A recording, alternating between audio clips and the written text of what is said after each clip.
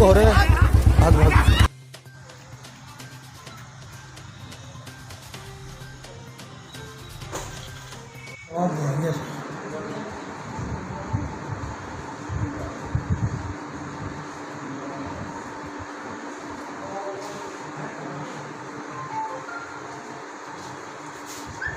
क्या घटना घटी थी किस प्रकार? कन्नौज से सतवास थाने आ रहे थे जी। रास्ते में यहाँ सतवास के क्या नाके के पास एक ट्रैक्टर खड़ा था जी। वहाँ रोक के पूछा उसके किसका ट्रैक्टर है। एसडीओ साहब ने पूछा जी। तो कुछ बोला नहीं, तो हम नीचे उतरे तो उधर से अंदर से 2-3 ट्रैक्टर लेके भाग लिया वो। जी। 3-4 लोग उधर से आए, वो मारने लग गए। जी। रेत भरी हुई थी? रेत से भरा हुआ ट्रैक्टर, अच्छा। नीला सोनाली का ट्रैक्टर था। अच्छा अच्छा। तो ट्राली के भाग गए हो माल कुल क्या? नहीं, ट्राली पहले भाग गई, बाद में 2-4-8-10 लोग आए हुआ। अच्छा अच्छा। ये साहब के एसडीओ के साहब भी साथ थे, आप भी साथ थे? तो सर इनका प्रकोप इतना बढ़ गया है, रेत वालों का तो कुछ समझ नहीं रही है। जी। हम तो पूछ नहीं रहे थे, देख रहे थे। जी। उस दरमियान एसडीपी साहब गाड़ी में थे जब आप लोग साथ वो घटना साथ में थे साहब। आपके साथ भी कुछ हुआ है? साहब को भी मारने दौड़त मैंने बचाया, मेरा हाथ में लगी हुई है और ये हथेली में लगा है। साहब को मारने का प्रयास था। साहब को तो मारने का प्रयास था, मेरे सिर में लगी हुई। आप कितने स्टाफ थे? साहब से 4 लोग थे। 4 लोग थे। आज शाम करीबन 4:30 बजे की घटना है। मैं अपने स्टाफ के साथ, ड्राइवर और लीडर के साथ एक अपराध के सिलसिले में सतवास थाने जा रहा था। सतवास थाने से 100 मीटर दूरी पर चौराहे पर एक अवैध रेत भरी हुई ट्रैक्टर ट्राली दिखी। उसको ड्राइवर ने हाथ दिया, वह रोकने की कोशिश की तो ट्रैक्टर भगाया। जैसे ड्राइवर ने उतर के उसको रोकने की कोशिश की तो ड्राइवर ट्रैक्टर के ऊपर वो लाठी और लोहांगी रखे हुए था। ड्राइवर उतरा और एकदम मेरे ड्राइवर पर उसने वार किया। तो मेरे साथ दो सिपाही और बैठे थे, उनने ड्राइवर को बचाने की कोशिश की तो उनको परिवार वालों को आवाज़ दी। उसके परिवार वाले वहीं रोड के किनारे बसे हुए हैं। उनने आके हमारे 2 सिपाही थे, उन पर भी हमला कर दिया, प्राणघातक हमला किया है और ट्रैक्टर छुड़ा के ट्रैक्टर लेके भाग गए। ये अवैध रेत का उत्खनन करते थे, ऐसी जानकारी मिली है। और मेवाती मुसलमान लोग हैं ये।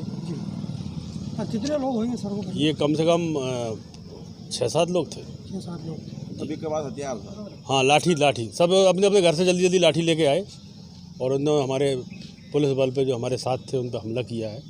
आपके साथ भी कुछ हुआ कैसा? नहीं, मेरे साथ कुछ नहीं हुआ।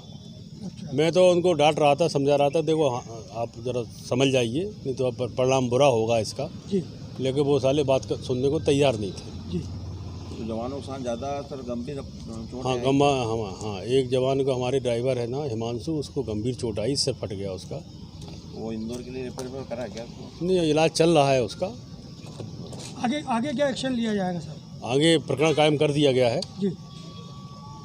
307, 353 शासकीय कार्य में व्यवधान। नहीं, और रेत का ये अवैध उत्खनन के लिए पर इस पे क्या प्रशासन और आपकी तरफ से कोई शक्ति होगी? अब सख्ती तो पहले से ही हो रही थी जी।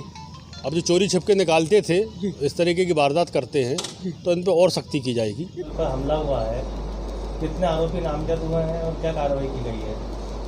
एसडीओपी कन्नौज आज सतवास की ओर आ रहे थे तो सतवास कस्बे से ठीक पहले कोई रेत का ट्रैक्टर उनको दिखा तो उसको रोकने को कहा तो वो भगाने लगा। उसका पीछा करने के बाद ट्रैक्टर तो भाग गया, लेकिन जब वो जिस घर का ट्रैक्टर था, कोई इमरान नाम के व्यक्ति का ट्रैक्टर का नाम सामने आया है, तो वहाँ मोटरसाइकिल लोग लाने लगे तो उनने कार्य में बाधा उपस्थित की और हमारे जो एक हिमांशु नाम का ड्राइवर था उसके सिर में लाठी मारी, जो उसको सिर में चोट है, जो अभी इलाज भी करा रहा है।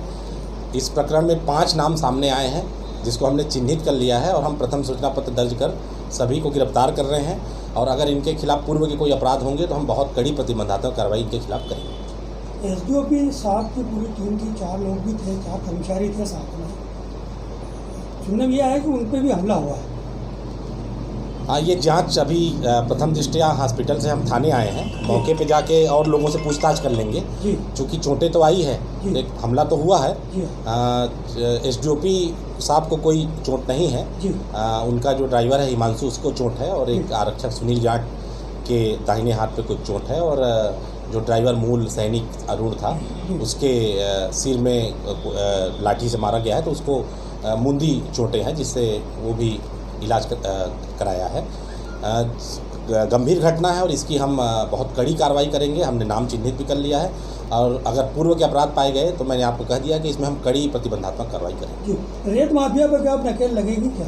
बिल्कुल लगेगी। पुलिस इसीलिए होता है, किसी भी प्रकार का माफिया हो, माफिया शब्द ही है कि जिसको हम पकड़ के सींचों के भीतर भेजेंगे। अमन और चैन शांति कायम करना पुलिस का प्राथमिक दायित्व है, और जो भी इस तरह की हरकत करेगा उसको हम कदापि नहीं छोड़ेंगे।